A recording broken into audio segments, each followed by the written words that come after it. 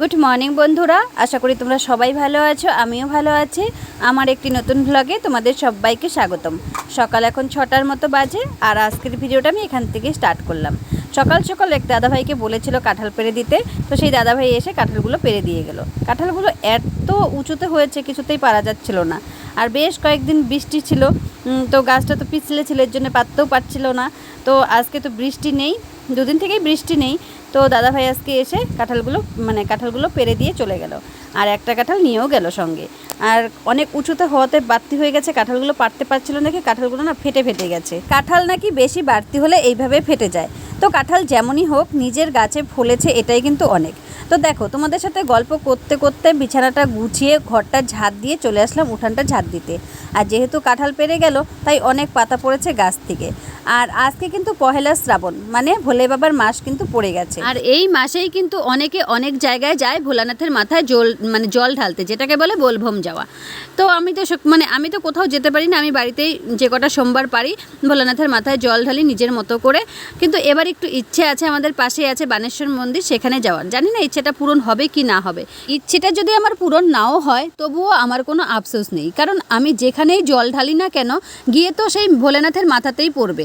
তো যাই হোক, এদিকে দেখো আমার পুজো দেওয়া কমপ্লিট হয়ে গেলো স্নান টান করে। আর তোমাদের দাদাভাই দেখো এদিকে নিয়ে আসছে কতগুলো ছোট মাছ। তো কালকে সন্ধ্যাবেলাও না এত মাছ নিয়ে আসলো, সেগুলো কেটে কিন্তু আমি ফ্রিজে রেখে দিয়েছি। আর আজকেও কিন্তু এত মাছ নিয়ে আসলো। তো এইদিকে দেখো 2 পিস মাছ আগেরই ছিল, আর এই যে কালকে সন্ধ্যায় এই মাছগুলো এনেছিল। তো এই মাছগুলো এখন একটু জল দিয়ে রেখে দিলাম। তো চাটা খেয়ে পরে ছোট মাছগুলো কাটবো। আর আজকে চাটা শুধু শুকনো মুড়ি দিয়ে খাওয়া হবে। ছেলে দেখো এদিকে বই নিয়ে বসেছে, আর আজকে তো মহরম, স্কুল বন্ধ, তাই অত তাড়াহুড়োও নেই। মাছগুলো কেটে আস্তে ধীরে রান্না করব। তো ছোট মাছ কাটতে কিন্তু অনেকটাই লেট, তাই আগে চাটা খেয়ে নিলাম, তারপর মাছ কাটতে বসলাম। মাছগুলো কিন্তু আমি কেটে ধুয়ে সব নিয়ে আসলাম, আর এদিকে দেখো ভাতটাও বসিয়ে দিলাম, কারণ অনেক লেট হয়ে গেছে। দেখো এই মাছগুলো কেটে নিয়ে আসলাম।